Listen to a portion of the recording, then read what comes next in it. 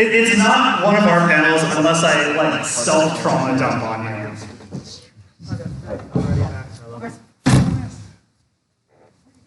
No, you don't. You know what the last person who said they loved me did? They cheated on me. Are you gonna cheat on me? Are you gonna go to Andre's panel after this? Is that what you're gonna do? Piece of shit. I just realized the walking's not gonna work because I don't have the button thing. I'm gonna have to sit down anyway. God damn it. I hate sitting down. This is awkward. Like, holy shit, that's awkward. So we're just gonna wait a few more minutes, see if anyone else shows up. How's everyone doing? It's been like 2 hours since I last asked you that. Unless you weren't at Make Anime Great Again, in which case, I mean, that was the better panel. You should have gone there. Stan, you made it. Wouldn't mess it for the world. So, I'm going to give you guys some background while we wait. This is Anime Convention Academy 2 Constitutional Crisis. And yes, that is going to be the plot throughout the whole goddamn panel. Anime Convention, did you stand up for everybody? Anime Convention Academy 1 starts Stan. He runs 8-Bit Digi. It's a website. That is the correct title, right? Yeah. Okay, he runs 8-Bit Digi. They do cool stuff. You should like read their articles or something. That's a call. Is that a call to action? Yeah, sure. Why not? Whatever. Just do it. Just 8-Bit Digi on Twitter. Look him up. I don't know. Mostly he just writes glowing reviews about my panels. But that is true. Anime Convention Academy 1 featured Stan going to Anime Convention Academy, where he was confronted by many options for Best Girl, including myself, my younger brother, Joe Biden, and the Zodiac Killer. You mean Ted Cruz? No, it was the Zodiac Killer. Don't ruin the plot of Anime Convention Academy 1. Someone might go and play it later. It is not a real game. You would have to go onto our go onto our YouTube. Oh yeah, so in addition to our Twitter, 5th Gen, not PKMN, we do have a YouTube. So if you go onto YouTube and type in 5th Gen and Pokemon and go through, I don't know, like 80 incorrect results, you'll eventually find us.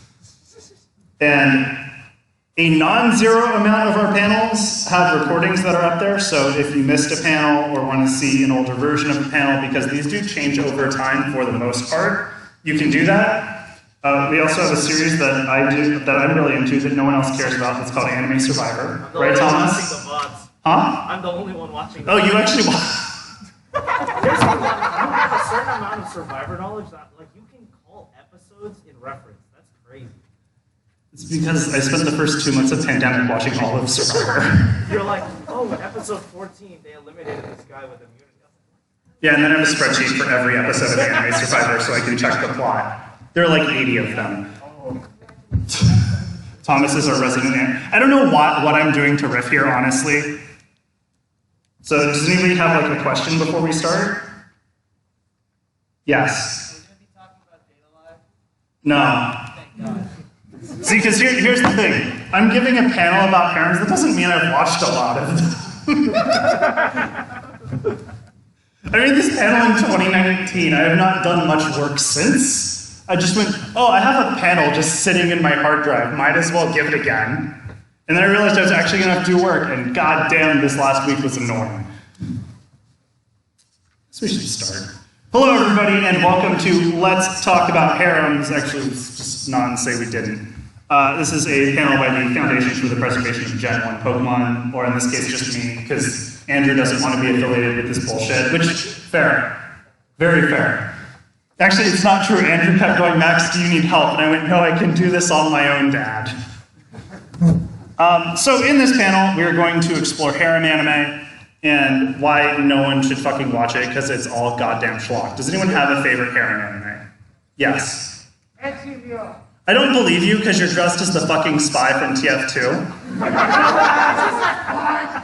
So, like, what is it really? Because it can't be Tenchi Muyo. There's no way that was a harem. It was way too wholesome. It was on the Toonami block in the 90s. You know, I agree with you, but also, it wasn't. Oh yeah, it was. They cut every other goddamn episode. Like 7-year-old me sitting there watching Tenchi Muyo at 6 p.m. on cable television. That is not right. Yes. Trapped in a dating sim. I said favorite harem anime, not name something. My last semester at Chico State. What, were you the one last couch left on the house front yard that didn't get pulled by the cops yet? Yeah. So you were just, it was a reverse harem, right? You were one of the guys? Yeah. Yeah, checks out. Well, Checks out. Guy who's still in a red shirt. You know, I did that and I really had to change. You're gonna die, man. You need to look out. I bought a whole bunch of them so I could he's an instinctive. I can't believe I guilted someone into buying new shirts. But that shirt you showed me, that anime will come up. It is a very good harem. Don't show them. This is just for me and you right now. Okay. No, you already gave me something. But anyway, we're in high school host clubs. We're going with reverse harem too. It's so fucking basic. Thomas. Pokemon XY. And we talked about that, right? And Ash can't catch him on Sunday at 4:30. Venom. Yeah, I pulled those slides because I realized that I would probably have to watch Rising of the Shield Hero. And I already have one trash isekai in here, so we're not going to do it. Okay, last one. Yes, person, yes.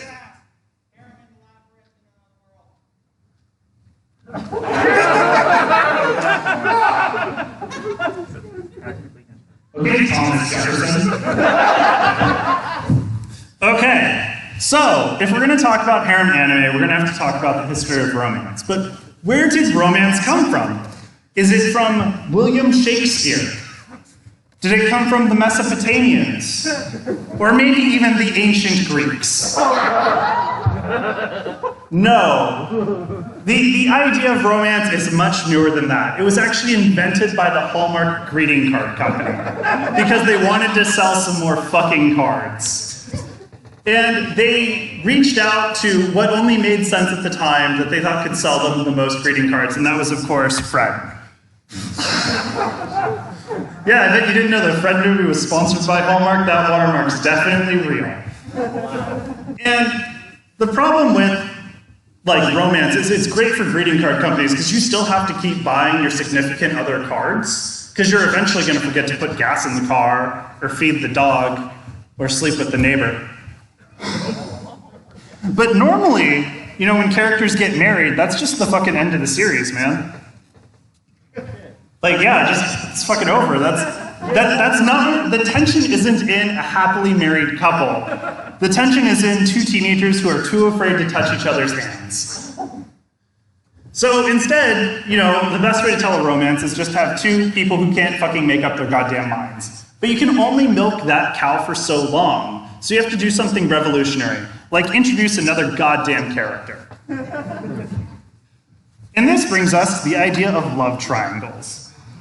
So here we have the romantic relationship, you know, person A, person B, they fall in love and the story fucking dies.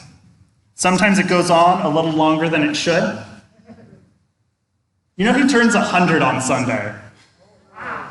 He's still fucking alive. Jay Leno? No, it's Henry Kissinger. Noted anime survivor winner, Henry Kissinger. So instead you can do a love triangle where you get a lot more drama for free. It's a derivative content factory, but you can keep fucking doing it.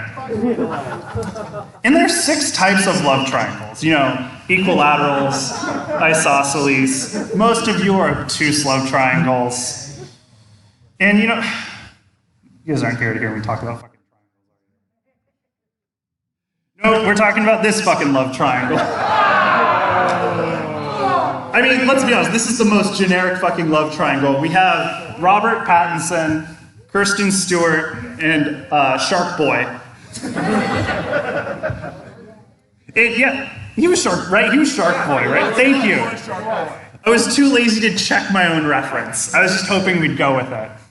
And, I mean, this is a basic love triangle. Sometimes they get a little more complicated. Like Mahou Sensei Negima, which I think you have to go to college for a cartography degree to understand what the fuck is being told to you in this graph. I sure as shit can't.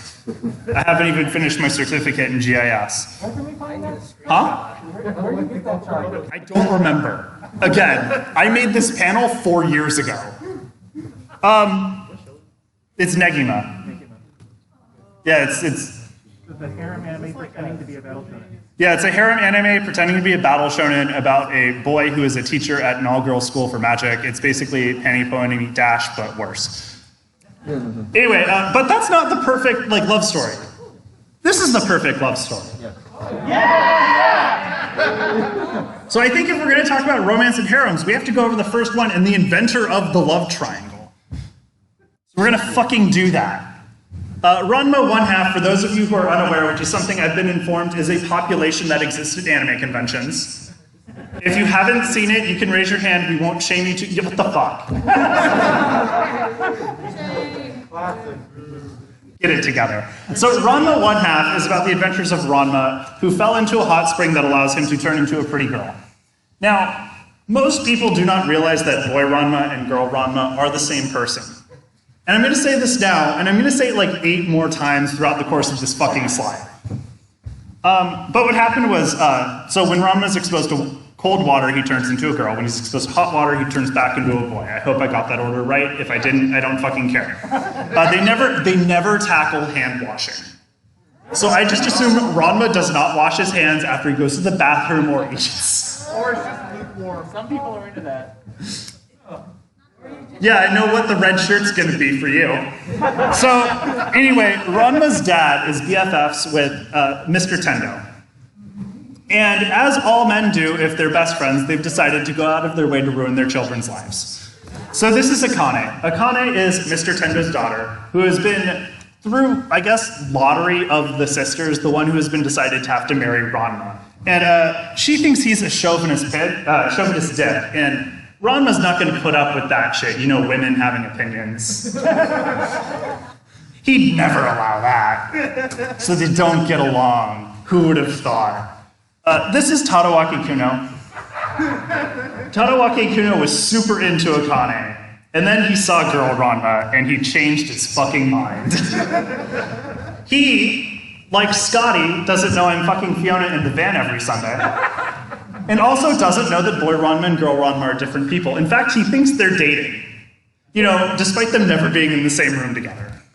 So he kind of wants to kill boy Ranma, which is also how his sister's working out. I don't remember her name, I didn't write it down, it's not worth it. Huh? Kodachi Kuno, thank you, that sounds right. You could have lied to me, you could have said it's like Steve. This is Steve Kuno. So Kodachi, Ranma, in typical harem protagonist fashion, saved Kodachi Kuno's life. So now she wants to jump his bones. But she, like her brother, thinks boy Ranma and girl Ranma are dating. Again, despite never seeing them in the same fucking room together. Then we have Ryoga. I have it written down, but they're not written. They are written down in the order they appear as a grid for some fucking reason. We have Ryoga. Now, Ryoga is probably somehow the least problematic character, despite being a fucking incel. He really wants to fuck Akane, but he is a disgusting pig. And she just sees him as a friend. He really hates Ranma, and Ranma doesn't even see him. Next, we of course have Shampoo. This is where it gets weird. Shampoo doesn't realize boy Ranma and girl Ranma are different. Shampoo has also fallen in a spring that causes her to transform into an animal. So, huh? She finds, yeah, well, you know what? I'm not that far yet. There are a lot of episodes. Spoiler! I have at least 3 more years before I die. I can finish it, I believe. So, Shampoo has a very real Amazonian tradition where she has to marry the first man who defeats her in combat, and she has to kill any woman who has defeated her in combat, something that both versions of Ranma have done. And then we have Ukyo. Ukyo is Ranma's childhood friend from when they were, fucking kids. Ukyo and Ranma promised they'd marry each other when they were 5. That is something she has taken very seriously, and Ranma has forgotten about. So she's really into him, and he sees her as a friend. However, so we have a lot of toxic bullshit, but this has actually opened up the one positive relationship in this fucking show. There are a lot of heroes. If you see here, Ugyo and Ainime have a black arrow. That means they don't want to fuck each other, and they don't want to fucking kill each other. They have what is the only positive relationship in the goddamn show, allowing one of one half to somehow pass the Bechdel test.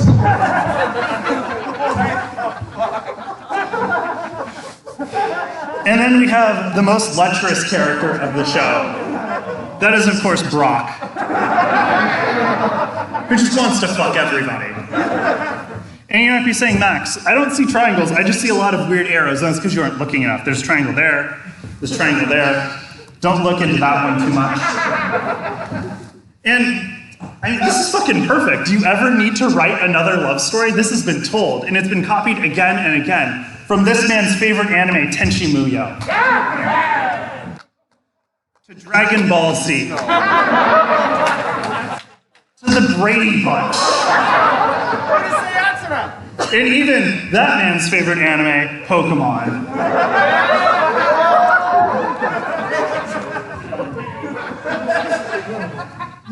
This is the line in the dating sim I'm most proud of. Just to be clear. I'm both. Anyway, so now let's talk about types of harems. Because, you know, there are a lot. We have to break these down. The first one are the main girl harems. These are where there are a lot of options, but there's only one actual option, and the rest of the girls are just kind of like side quests. Like, you know, they get like one chapter every third volume kind of shit, but it's basically, the guy is gonna end up with this girl. Let's see how many weird romantic situations we can create before we have to commit to that. Next, we have main girls. I was too lazy to think of a better name for it, and I'm sure someone had one, but I'm not gonna look up other people's research, that's plagiarism. Main girls is where you have like two options, so there's actual real tension instead of like, yeah, he's not gonna end up with the samurai girl, he's gonna end up with Hina. It's called fucking Love Hina. I don't know if that's her name, I don't care.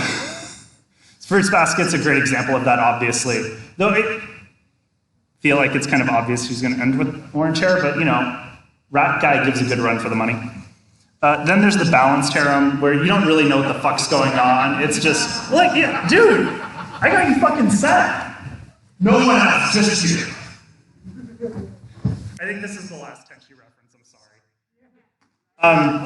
This is where you don't really know what the fuck's gonna happen. It's just like, oh, maybe it's this one, I don't know, let's give him a rose and find out. And finally, there's reverse harem, at least of the, you know, traditional harem genres. I'm putting these in a separate, because A, I have not watched enough shoujo to cover this meaningfully, and B, what I have watched is less offensive. Like, no one was upset when someone said Ouran Host Club was their favorite harem. Everyone's like, yeah, that checks out. Anyone else said anything, it's like, it fucking isn't. Shut the fuck up. Huh? Thank you for asking. I was gonna have to ask myself that. So, yeah, a lot of people don't think Inuyasha is a harem, but when you think about it, you realize... It's also an isekai. Yeah, I know it's an isekai. Dude, that is such a low-hanging fruit. Do you think Yu Yu Hakusho is an isekai? Is the Mario movie? He gets hit by a car. Yeah, of course the Mario movie is a fucking isekai. This isn't an isekai panel. So, Kagome's love interests include Inuyasha, Koga, Moroku sometimes, the reincarnation of Moroku or some shit, her best friend from school, Sesshomaru's probably into her, and then Kikyo, who does want to penetrate her, just, you know, with something else entirely. And then we have the tangentially harem anime, like sports anime.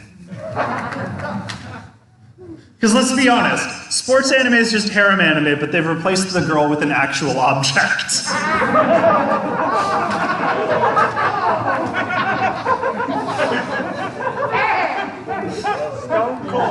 I'm spicy today. I mean, like, but this is less creepy at least. Like, if you're watching a harem, you're just seeing all of these dudes like really creep on a girl and it's uncomfortable. Now they're just creeping on a swimming pool. Like, it's fine. That's not what's happening in free. They're definitely creeping on a swimming pool. Creeping on that one. The black haired one. See, that's the thing. Then I would have to watch Free, and I'm never going to do that. There's a great theory, 50% off. I already watched Blue Lock. I've done all my sports anime for my life. And then, of course, we have Slice of Life anime, which... Yeah, okay, so hear me out, hear me out. You know what's really tough about a harem anime? There's still a guy there that the girls are giving attention to. And a lot of you, even that is too much. So with like Azumanga Daioh, you have a whole stable of women that follow the same harem tropes, but there's no one that they're interested in, so you can just self-insert yourself in any situation scot-fucking-free. Check out? Huh? God, no. But it sounds like one you've written. So with that, I guess we're going to have to go into character tropes.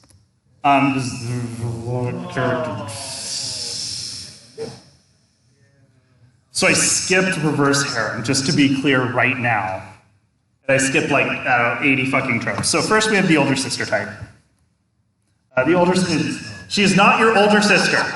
She's the older sister type. I need to be clear. She is normally older than you. Well, the protagonist, though not necessarily. She's normally wise beyond her years, or at least fucking pretends to be. Maybe a raging alcoholic, likes to give advice, might be a little more sexually forward than the rest of the cast, but as a tease, you know. Next we have the tsundere.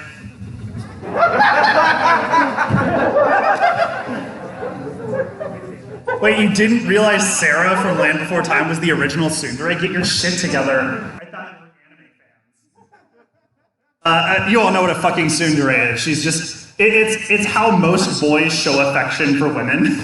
I don't know how to talk to her, so I'll just pull her pigtails and look away. Yes. I can sum up the entire trope by she Angie. She's angry. Well, you know, in her defense, she was written by a man. Let's be honest, the chosen girl is often a tsundere, because that is how the guy thinks romance is, so that's how he writes the main girl's romance. You don't understand how to write women. It's so, as a man telling you how men, you know, get off your fucking soapbox next. Next we have the yandere. It's like the tsundere, but scary. I mean, she'll penetrate you. Oh no, she begs. With a knife. Then we have the glasses girl.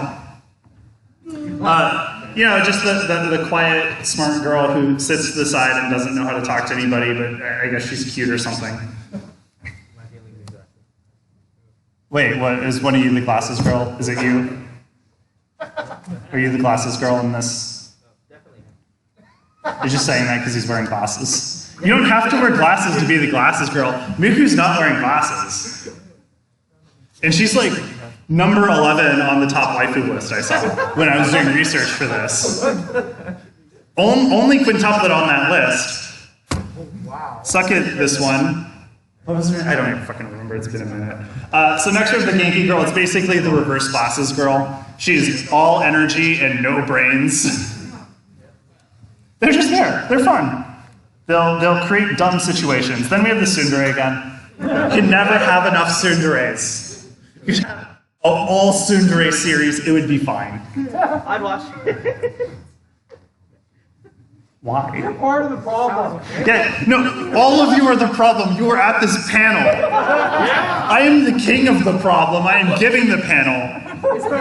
And we need a new person in this room because we need the transfer student. You know, for when the author's out of fucking ideas. So let's just spice it up, literally throw another person in there, see how it goes. Next up is the childhood friend trope. You know, they were kids with you, and then you meet them again, and puberty helped them like a milk truck. And it hit you like an actual truck. The childhood friend, I feel like, is another one of those like very commonly the winner of the harem. It's like the tsunderes, the childhood friends, and the first girls. I didn't make a slide for first girl because I forgot to. But it would have been, huh? And Misty has blue hair. The thing is, we don't know which one is she the first girl or is she the first girl? There were options. Depends on how you define it. You're right. Raditz was the first girl, you fucking idiot. Have you not seen DBC? Piccolo was the friends to enemies trope. It's different. Okay, and then we have the younger sister. I need to emphasize the parentheses around younger, because they're not actually your younger sister. That is a trope that doesn't happen in anime. I don't know what you're talking about. They're just 1,000 years old. Huh? The 1,000-year-old dragon. This is not Moonface. Shut the fuck up. Moonface, I've seen that. Why? It's cute. I think. You think the story of a 1,200-year-old Molly vampire and a 26-year-old photographer is cute. I was in high school when I watched it. And you don't care. I haven't seen it. I was also in high school. I was just waiting for it. The box set. Am I actually getting it this time? This is the second one I'm up for you. Oh, thank you. I got in the box set. I've got. Who wants to help me burn it? Can I have it? No. No. So yeah, we're just gonna keep moving. This is more fun when I just riff on you guys. So now we have the protagonist tropes. The protagonist of a harem anime is basically just a blank D&D character stat sheet that you fill in as you fucking go. Oh, do we need the character to know about cars? Let's just put it in there. Do they need to be smart? Sure, roll the fucking dice, man. I don't care. So first off, they all look the fucking same. Just dark, messy hair, slightly below average height. With the same dark, messy hair. Below average height, kind of small and unimposing. You know, just a total fucking loser. Actually, Thomas, could you stand up? I think you'd be a good example. This fucking guy. Yeah. Thank you, Thomas. They are, at most, an average student. Does not say they are not intelligent, they just do not apply themselves. Because the person who wrote the anime also didn't apply themselves in school, but thought they were really fucking smart anyway. They're oblivious fucking idiots, because if they were aware that, like, 6 girls wanted to fuck them, the series would end very quickly. And they're really down on their luck, or at least fucking think they are. You know, just a cosmic butt monkey of primarily accidental perversion incidents. Yeah, I mean, what harem doesn't have this exact scene? No, I'm really asking, do you have one? No. Besides Oron Host Club. I am sick I of think this it might scene. have one. No, or it does have one too. It does? I just knew it had the beach episode. Fruits Basket? Canon has this scene, but he actually just rolls with it and continues. Does it? I mean, I think we all know, Ranma doesn't have this scene. They would never... The guys are always naked. Well, yeah, I mean, Fruit Basket, you get hugged and you turn into an animal, and then you turn back into a human and you're naked because, you know, why not? Anyway, there are good harem anime, though. I want to be clear. They can exist. And we're going to talk about a few of them here today. I think. Yeah, we are out of time. So first we have Steins Gate. Steins Gate is, of course, a banana simulator. Which is the story of fucking incel neat Rintaro Okabe, who is just the cringiest motherfucker you've ever seen. Yeah. He's amazing. He is, but he is cringe. Mad scientist. So cool. It was a great series that ended at episode 22 and didn't have more episodes or another season. No, it fucking wasn't. Get your shit together. No, it wasn't. I have a microphone. Do you have a fucking microphone? No, you don't. Don't let him. You're on watch. I trust you. So, this is one of those main girl series where, like, clearly he's going to end up with either nerdy tsundere Christina or Genki girl childhood friend Meiri. Though there are other options. There's the trap. There's the weeb. There's the quiet girl, and there's discount Christina. You watch Zero. She's discount Christina, right? No, she totally is. Yeah, okay, cool. Just making sure, because I forgot. No, she totally is. I've memory hold that whole series. But we all know the true best girl from Steins Gate is, of course, Mr. Braun. who came straight out of Dream Daddy. Another good harem anime is Higurashi. Yeah! Let me cry. Let me echo. Are you gonna cry? A little. Good. I mean, but it's wholesome, and nothing weird happens at all. So Higurashi is, of course, the story of Keiichi and his 6 girls. We have Reina, Mion, Shion, 2 5-year-olds, and a journalist. And nothing bad ever happens to any of them. The best part about this show is it resets the storyline every couple of episodes because it, tidily resolved the harem storyline, so you could do it again with other characters. And the last good anime based off of that man's second shirt is, of course, Full Metal Alchemist. You're all expecting a slide, I feel like. Now I can do. Yeah, now you can show it to people. He prepped. Don't worry, it's not going to get worse than this image, I promise. Well, that's the reason he's wearing red. Got it. I feel like no one trusts me. Anyway, but who do you think the harem protagonist of Full Metal Alchemist is? No, it isn't Ed. It's not Winry. Winry just has Ed. It's Roy Mustang. Thank you. Full Metal Alchemist is the story of Roy Mustang amassing a harem so he can stage a coup on the Capitol.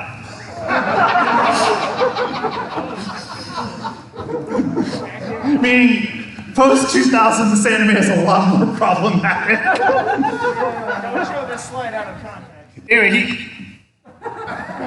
Anyway, here are his 6 best girls. 2 or 3 of which survived the series, which is pretty cool. No. Mostly because I'm not going to read or watch Berserk. But now that we've talked about the good harem, we have to talk about that bad harem. That cancelable shit.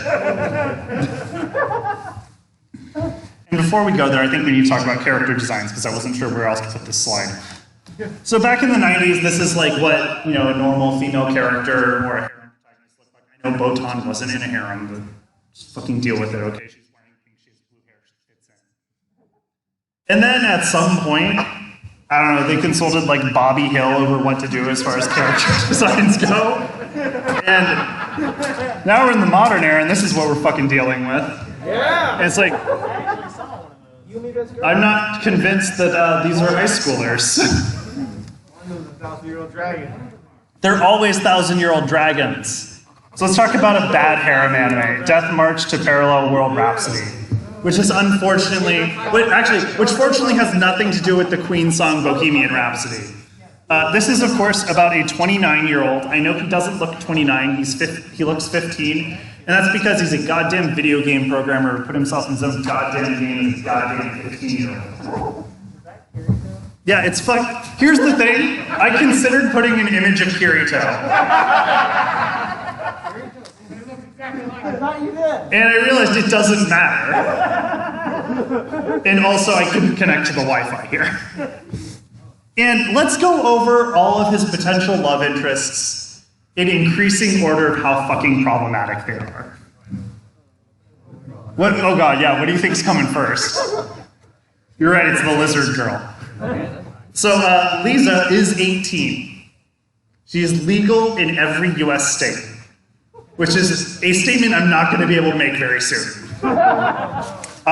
She is a lizard kid, which, like, if you're into scalies, that's fine. She's also a slave, so... Not legal. So least problematic? Yeah, this is the least problematic. I know, right? Yeah, that's why I didn't need to do shield. When it comes down to it, if you're doing an isekai harem, the problematic thing is always, oh, they're all slaves. Anyway, this is Misanari. Now, I know... Here's the thing, and I need to put, this is in the notes. Has moon phase syndrome. Meaning she's 130, but sure as shit doesn't look it.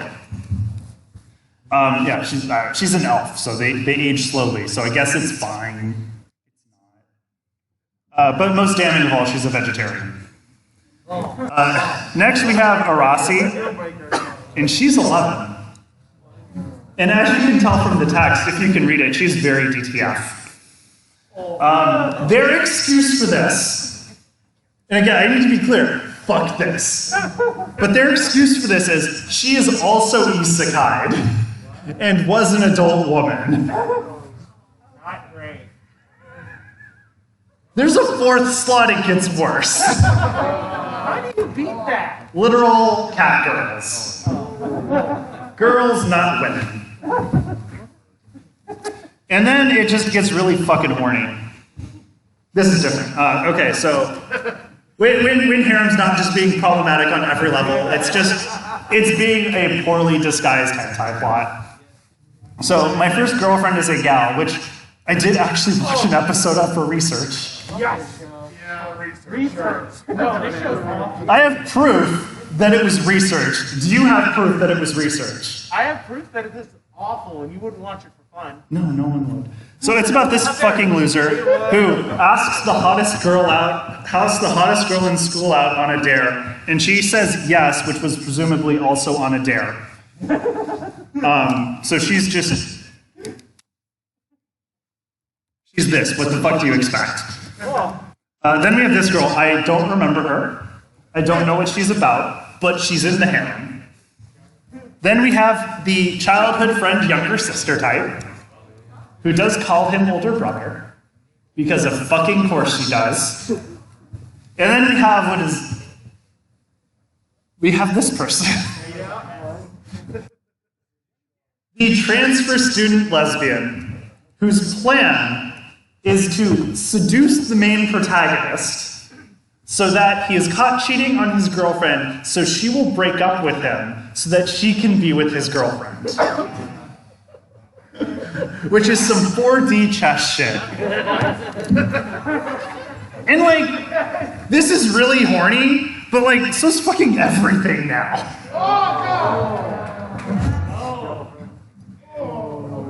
Here's the real question. Who knows what that third one is? Not Domestic Girlfriend or World's End. That's old. I know that third one. Yeah, raise your hand if you've seen Aiken. Jesus Christ. Aren't we old? I think Flip, that's not. It has a yogurt slide. So I know what you're saying, Max, with this level of fucking degenerate horniness, maybe it's all just parody. And like, it isn't. It fucking isn't. Orisuke is pitched as this is a harem parody, I swear. With the main character, Joro, who's hella deep because he has a Jekyll and Hyde personality going on, where he pretends to be a normal harem protagonist because he thinks it will get him laid. But he's secretly a dick. That is his whole character. It's all about the bed. It's all about the bed. We're not there yet. So, and within the first two episodes, his childhood friend, Genki girl Himawari, and the older girl, like older sister type Cosmo, both confess to him that they want to fuck his best friend. And they both do this on the same bench, whose leitmotif is the Imperial March. And I need to note, this is the first episode, and I'm fucking sold.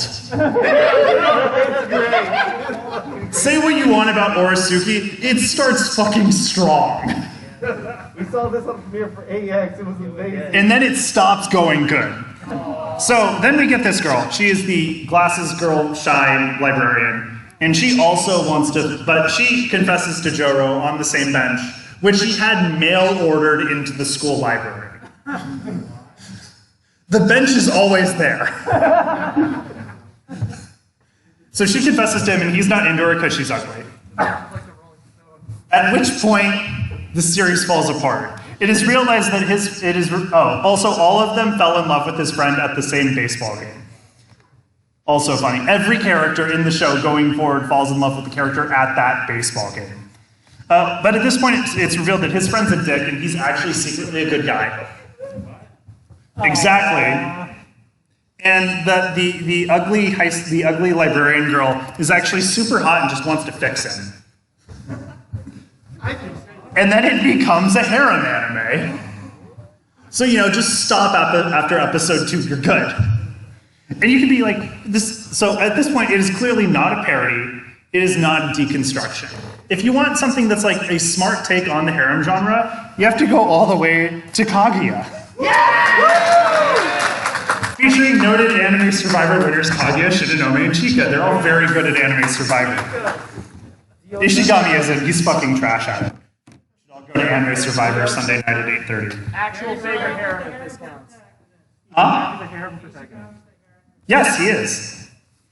Ishigami, over the course of the story, goes from a cringe incel to a self-realized person by actually, working on who he is and interacting with humans and improving his grades and just becoming a better person.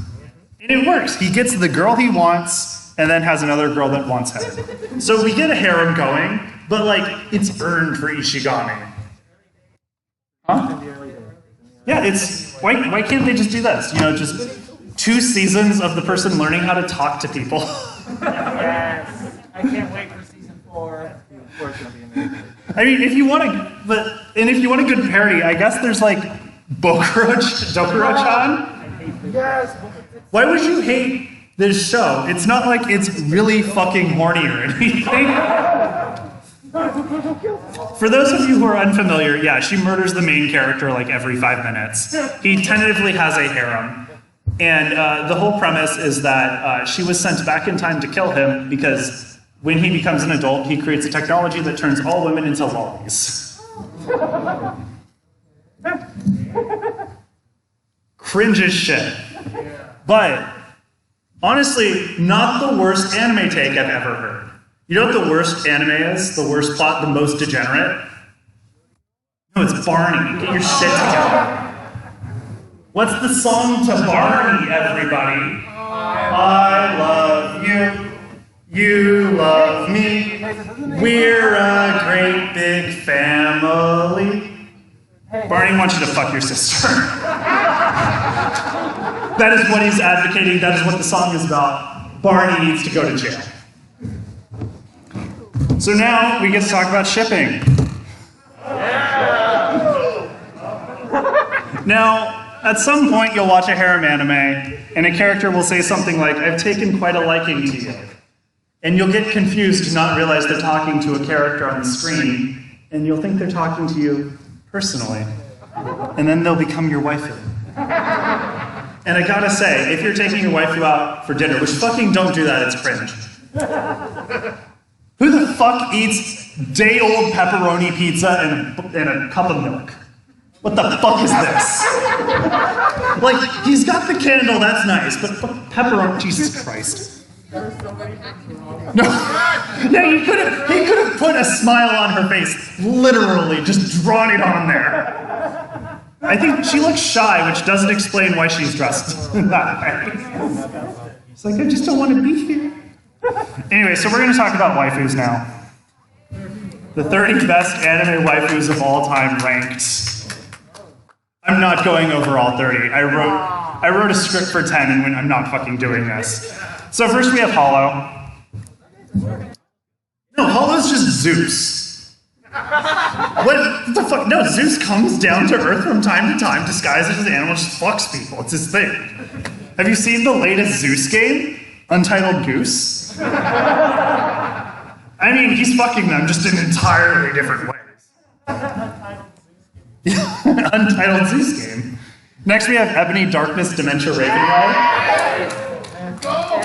And with a fake name like that, God no. She clearly would just work at Spencer's and just be an unstoppable sex monster. She's terrible at everything. Only real homies know Elizabeth Warren, unstoppable sex monster. And then there's this girl. Yeah! And dude, she's full of spiders. I've learned 2 things. My dad taught me 2 things. 1, don't stick your dick in crazy. 2, don't stick your dick in spiders. I refuse to learn that, but I disagree. Red is my favorite color. Red is, I don't know what that has to do with spiders. Red flag. Okay, that's fair.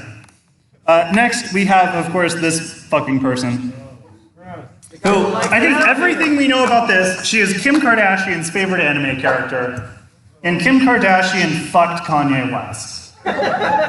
So I'm gonna say anyone who's 2 degrees from Kanye West, bad fucking choice. And then we have Rem, who is still somehow #1 on that list, despite putting her on there means you have to take a seat. And like, why would you even put, she's clearly into Subaru. And you know why she's into Subaru? And she's into Subaru because, you know, she's fine with being the second wife, it's cool. Do you know why she's into that? It's lesbians drive Subaru. On that whole list, there was one acceptable waifu, and it was Mai from Rascal Doesn't Dream of Bunny Girl Senpai. It's a good show. What can I say? Anyway, time for top 5 worst ships. #1 is, of course, Ash Gary. This is a terrible ship because Ash kind of works for Gary's grandfather, so there's a really weird power dynamic there. Shouldn't ship it. #2 is, of course, Zuko Katara. Trash, don't do it. #3 is Tom and Marco. You can ship Marco with a lot of people because Star briefly becomes a harem anime. But not Tom, don't do Tom. #3 is Tom Riddle and Harry Potter. Something that exists, someone drew, and then slapped a fucking watermark on. I didn't even put it, like, I go out of my way to get watermarks, I didn't have to try here. And then #1 is, of course, JD and Elliot from Scrubs. And now, top 5 best ships. Jackie Chan and Hitmonlee. Oh yeah, I mean, in the only appropriate personas. #4 is Tom and Princess Turdina. Great ship, 10 out of 10. #3 is Double D and Kevin from Ed, Edd n Eddy, which has so much art for it. Is this the Rebecca Sugar one? No, it isn't. I've seen that and that's not it. I don't want to know. Don't tell me. #2 is me and Sarah from The Land Before Time. Huh? I mean, yeah, I'm basically a tsundere, so it works. And then #1 is, of course, Aang Azula. Yeah. I know what you're saying. You don't believe me? I've seen art. Have you seen the episode of Avatar: The Last Airbender, The Chase? Where Appa's shedding, so Azula and them are able to track Aang. So Aang takes some of Appa's hair and he flies off to another town to, like, you know, distract her so the others can get away. And in a sleep-deprived state, you know, when you're sleep-deprived, your inhibitions are gone, you're like the most id you can be. You're going to act on your impulses. He decides to stay and wait for Azula, his one true love. And then Zuko, the piece of shit he is, cock blocks him. Anyway, that's the panel.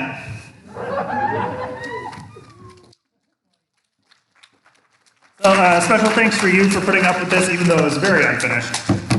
Texas for electing the wonderful human being known as Ted Cruz to the U.S. Senate. And, you know, fucking whatever else I put in here. I have other panels. Sonic and Unfortunate History at 9:30 tonight. Tomorrow I have Waluigi time. Clayton, who is not with us, is doing Dio Did Nothing Wrong, which is pretty good. He actually put work into it this time instead of doing it the 2 years before Con last year. At 11, Stan is doing convention stories, and I'll be there to make fun of you. And then on Sunday, we have Console Wars. Ash Can't Catch Him is at 3:30, 5th Gen, no. Ash is at 4:30, 5th Gen is at 3:30. I confused myself. And 8:30 is Anime Survivor. Yes. Okay, so you mentioned Hitmonlee and Jackie Chan, the revival of the top 5 best. Yes. Where's Hip on top of this? Is that the triangle? He's on top. Yeah, he's a Beyblade. Like, you don't put a Beyblade in an harem, man. You put him in an arena with another baby. Dude, were you not paying attention to the storyline? We had a Beyblade in there. I gotta skip. Isn't the Beyblade just as the harem, but everyone's going after Beyblade? Where does Hip on Top rank? That's just a Beyblade fight in a Roman Coliseum. We covered this and make anime great again. I'm just gonna keep shooting the shit until the next guy comes in. Yes. Huh? I made a very conscious decision to pull all my CWC references. But like, I wrote a fucking movie script about CWC in like 2010. One note, if you want the ultimate the harem anime. It's, my next life of the villainess because Yeah, I've heard it's good. all the girls and the guys alike want her. I've heard it's good. I'm just Very